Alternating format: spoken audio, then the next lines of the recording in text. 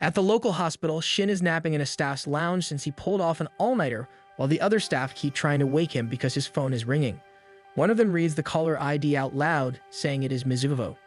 Shin's eyes snap open. He immediately grabs the phone and answers, apologizing for not picking up right away.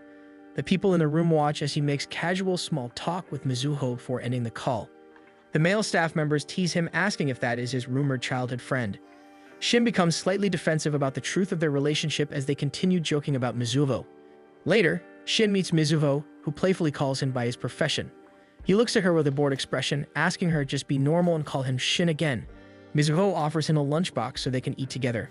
When he opens it, he finds barbecue, which is an unusual thing to eat first thing in the morning. Mizuho admits that it is actually her breakfast. They sit down and Shin watches her eat while she explains that she needs the extra protein to build stamina for her meeting with an artist later. She begins talking about how the new story is shaping up and confidently declares that it will be a hit. She grows so enthusiastic that she starts choking on her food. Shin immediately hands her a drink and reminds her about their agreement to meet everyone for the fireworks festival by the Seagull statue at 6 in the evening in 2 days. Mizuho calms down and tells him not to worry. She adds that everyone is surprised Shin managed to take half a day off to attend the festival, since he is the busiest among their group.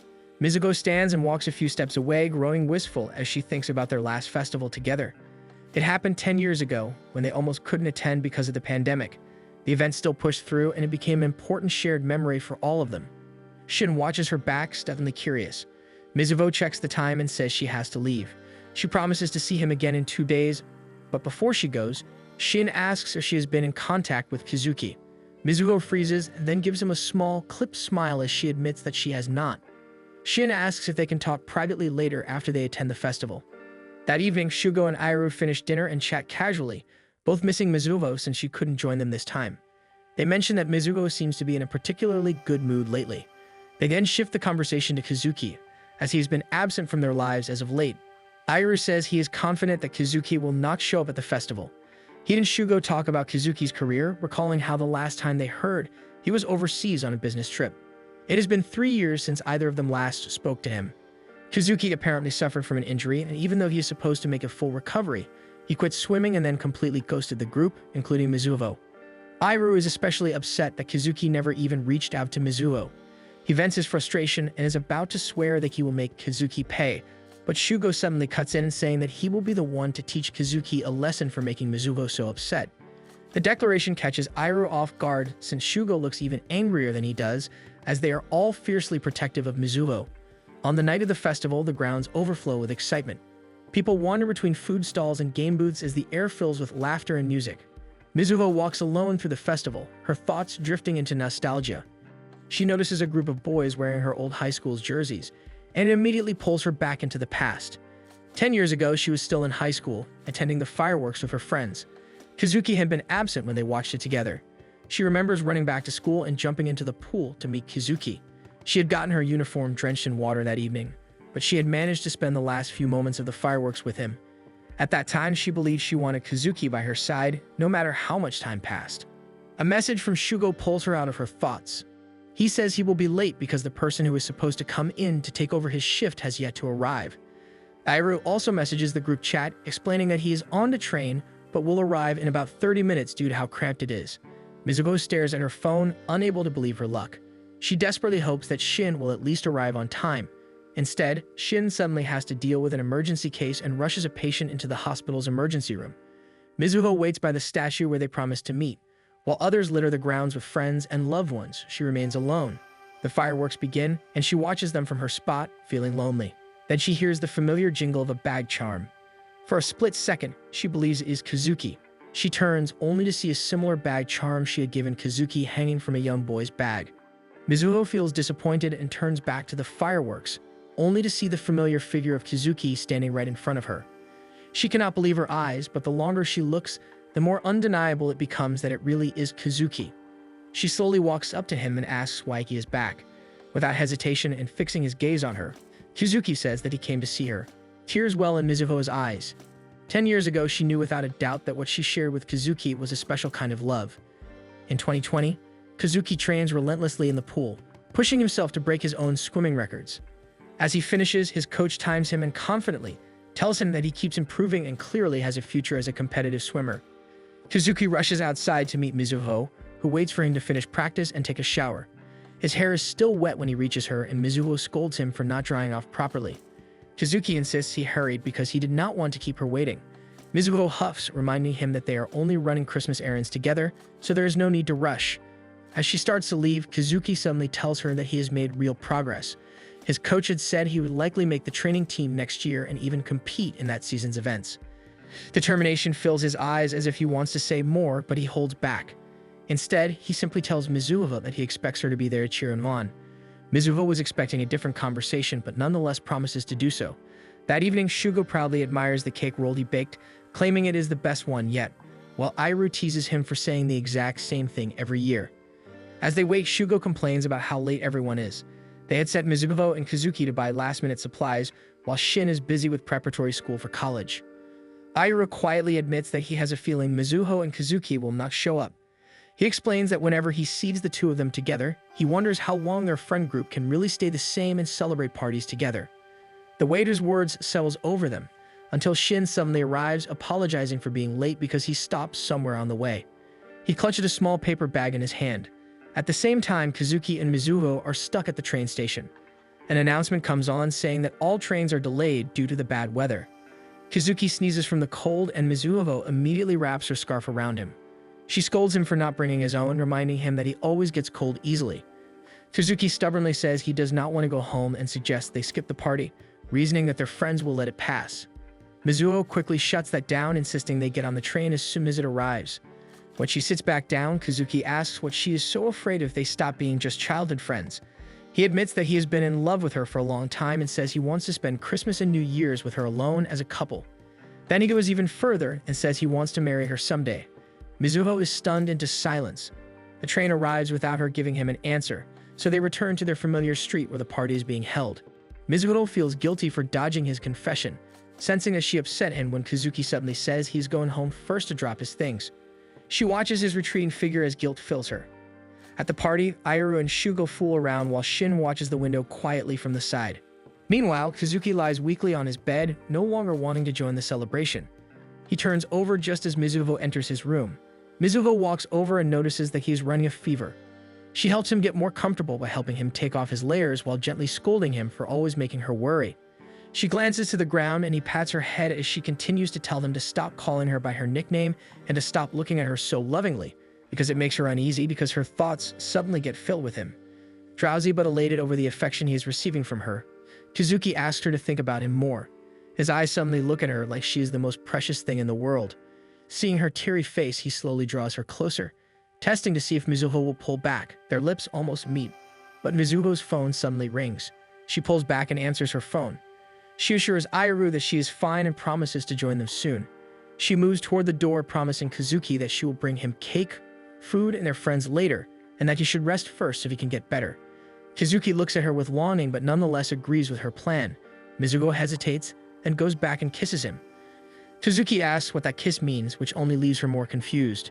He leans in and kisses her himself, asking again if she is still unsure. Mizuho can only respond with a blushing face, so he pulls her into another kiss, quietly asking her to stay with him a little longer. In front of Kazuki, Mizuho lashes out at him for suddenly showing up after disappearing for 3 years without contacting any of them.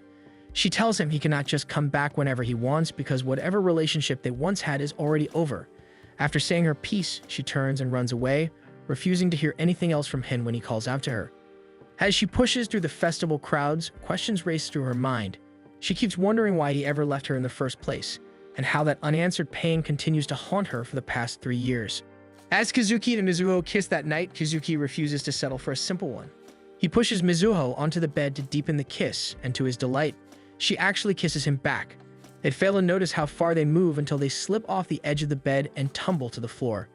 After realizing what happened, they can only smile, understanding that this marks the beginning of something they both truly want. Mizuho suddenly remembers the first time she met Kazuki. He was just a shy boy who had just moved into the neighborhood. From that day on, their friendship grew and the two became inseparable, and she'd always wanted him by her side more than the others in their group. Even though the nature of her feelings changed over time, looking at him now makes Mizuho realize that she still wants to be with Kazuki. She gently cups his face and Kazuki asks if she still sees him as a younger brother. Mizuho pulls her hand away, stands up, and walks toward the door. She gives him a glance and tells him that from now on he is her boyfriend. Then she leaves, completely certain that she wants to be together with Kazuki. Back in his room, Kazuki stays behind, trying to process the fact that they are officially dating.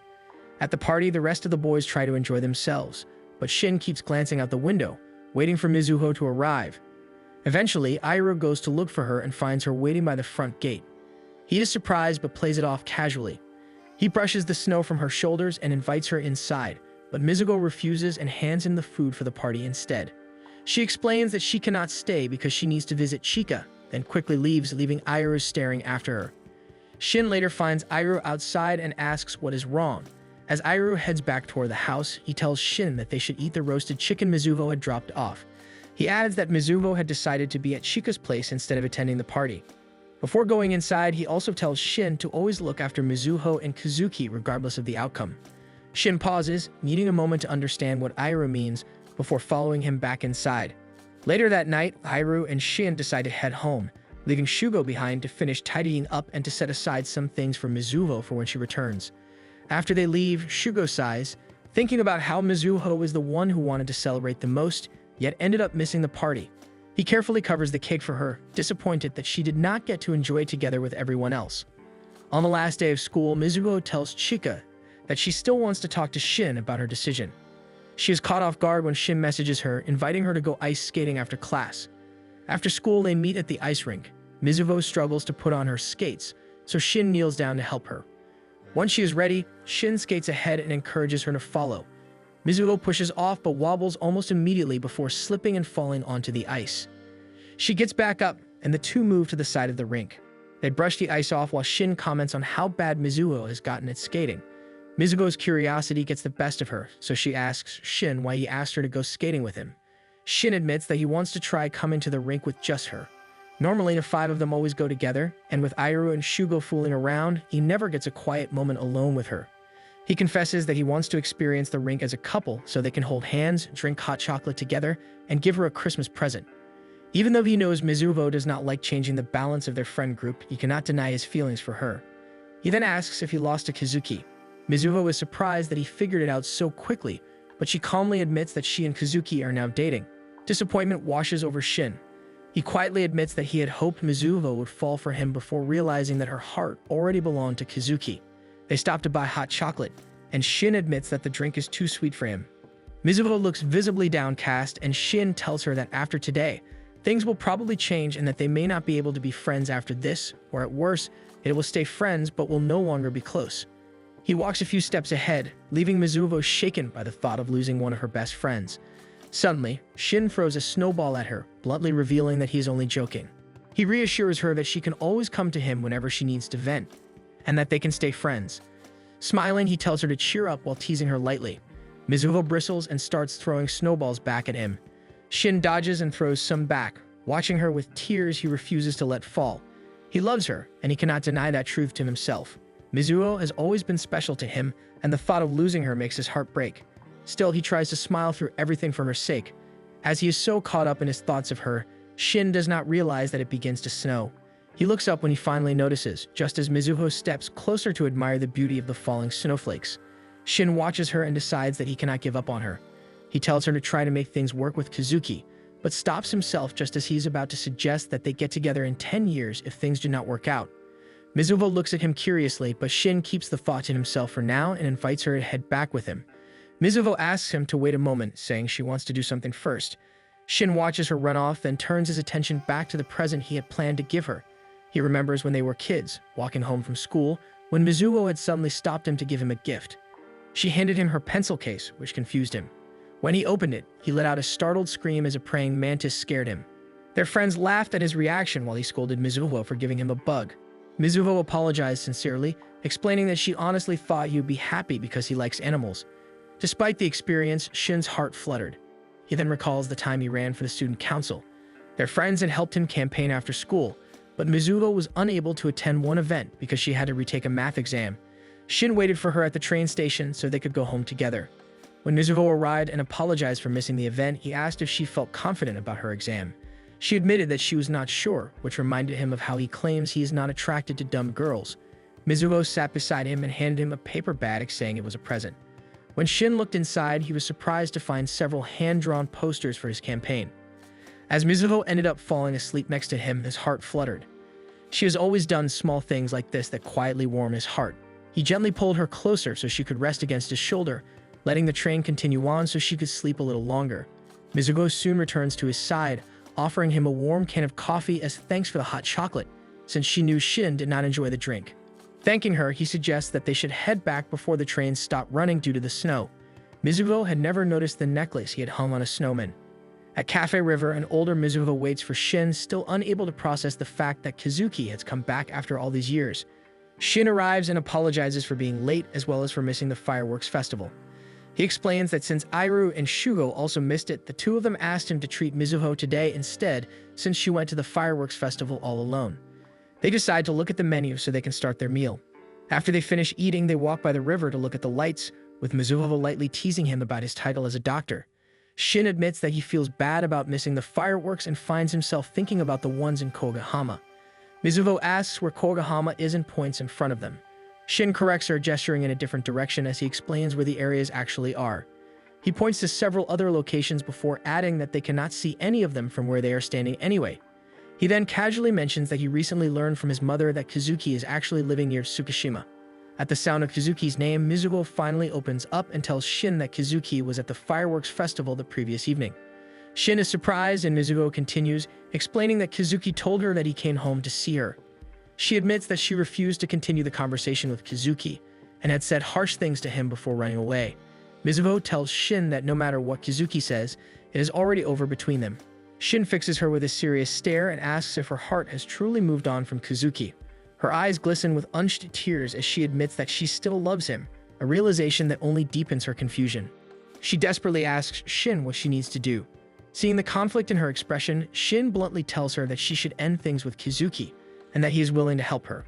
Mizuho looks at him in confusion. Shin explains that he wanted to say that to her during the fireworks festival, if only he had arrived on time. He then confesses that he still has feelings for her and wants to try dating her. He asks for her permission to confirm his feelings for himself, then pulls her into a hug. All his emotions rush back as he remembers how perfectly Mizuho fit in his arms when they were teenagers, and even now she still feels like she belongs with him. He recalls the moment when they were teens and he wanted to suggest they start dating if she were single again when they were older. Hugging her now, Shin confirms that his feelings have never changed for Mizuho. Shin fixes her with a kind stare and tells Mizuho to take her time with her answer. After school, Iru decides to spend some time alone to think away from home. His thoughts keep drifting back to Mizuho and how she suddenly left without attending their Christmas party. He then spots Kazuki jogging toward him because Kazuki had called out to him. Iru treats him to a drink of water, which he is thankful for. Iru takes in his sweaty appearance and comments on how energetic he is for someone who is supposedly absent from school because of a fever. Kazuki looks unusually cheerful and admits that once his fever passed, he suddenly felt the urge to run. To prove his point, Kazuki grabs Iru's hand and presses it against his forehead. Iru's eyes widen at the warmth and Kazuki's radiating happiness, confirming his suspicions about Kazuki's and Mizuho's status. Iru sits beside him and ruffles Kazuki's hair, congratulating him on his relationship with Mizuho. Kazuki beams and asks if he somehow let it slip, because he does not recall telling Iru about what had happened last night. Iru grins and says he can tell because Kazuki looks happier than ever, which is a dead giveaway. Kazuki admits that it feels good knowing Mizuho always cares about him. Seeing how deeply she worries for him makes him want to do better and strengthens his love for her. As Kazuki excitedly talks about Mizuho, Iru suddenly leans in and kisses him, causing the bottle to spill and leaving Kazuki stunned. Iru pulls back, fixes Kazuki with a forlorn look, and tells him that Mizuho is not the only one who has been watching over him. Thanks for watching. Make sure to subscribe so you won't miss new episode every week.